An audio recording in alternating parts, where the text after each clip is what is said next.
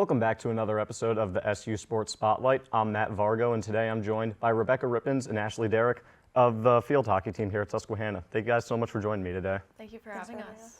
To start this one off, I'm going to bring it to senior day against E-Town. You guys won that game 2-1, but more specifically, throughout the years, you guys have seen numerous teammates be honored on senior day with their family. So how special was it for both of you to experience that for yourself?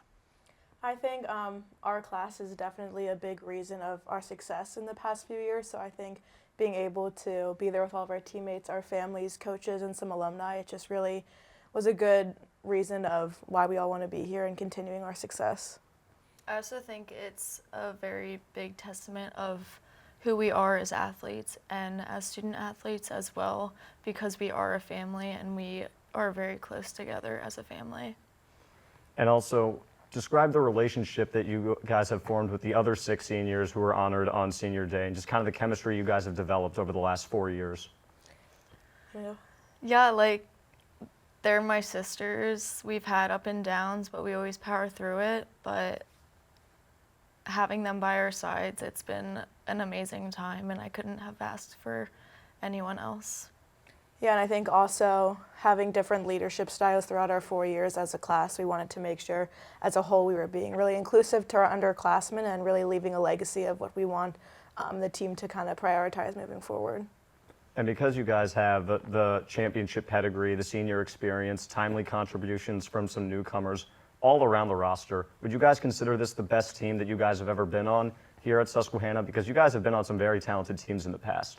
Yeah, I think each year we try not to compare it to the year before. I think we were really looking forward to our first years coming in to seeing what they had to offer. We have some big impact players like Maddie Quigley in the midfield, some defenders and strikers that have been really helping us. So I think each year is definitely different. We try not to get too caught up in years in the past, but I'm really liking where we are and where we're peaking right now. Yeah, and as Dice has said before, like it's a learning year for the freshmen as well as a mentor kind of year for our seniors, leaving our legacy on them to create just an amazing team and atmosphere together. And now for the last 4 games of the regular season, they saved the best for last on the schedule. Moravian, Juniata, Scranton, all on the road, and then Catholic here at Sassafras last game of the year. So what are the keys for you guys to finish the year strong and keep that momentum going into the Landmark Conference playoffs?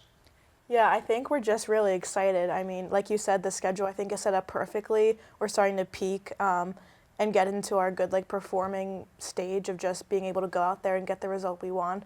I think a bunch of the teams we're playing, a lot of us are hungry to get back on their fields and our fields for the Catholic game and just make a statement. I think with our team, everyone wants to beat us and we still want to be on top. So I think it's really exciting.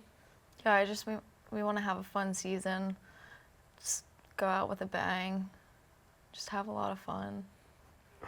And also, because you guys are the defending Landmark champions, do you guys feel like you play with a target on your back for each and every conference game? 100%.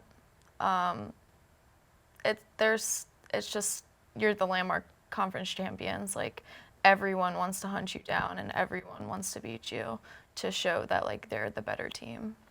Yeah, I think our coach always says pressure is a privilege, so we want to have that target on our back. We want teams to give us their best game, so we're really looking forward to that. I think in the Landmark Conference, with all the scores happening, they're really close games, so I think it could be anyone's day, and we want to come out on top.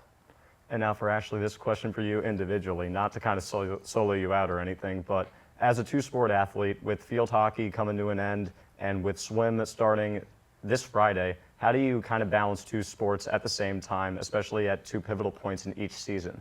Yeah, one thing I try to do is just to keep focusing on field hockey as much as I can, and if I can support the swim team in any way I can, I will, even if it means just popping on deck for a little bit and then just going back to get locked in for a game and getting ready to beat whoever's on that field because it matters.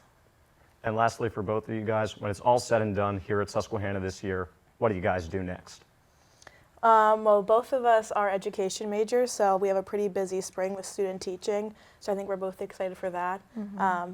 I'm definitely going to miss the team, but I'm glad to have the spring semester to support them in the off season, and then probably coaching in the future is one of my goals.